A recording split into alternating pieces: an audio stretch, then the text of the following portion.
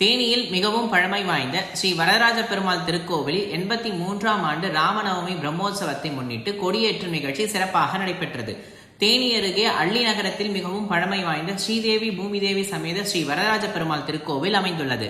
அள்ளி நகரம் கிராம கமிட்டிக்கு பாத்தியப்பட்ட இந்த திருக்கோவிலில் இன்று 83ஆம் ஆண்டு ஸ்ரீ ராமநவமி பிரம்மோற்சவத்தை முன்னிட்டு கொடியேற்றம் சிறப்பாக நடைபெற்றது.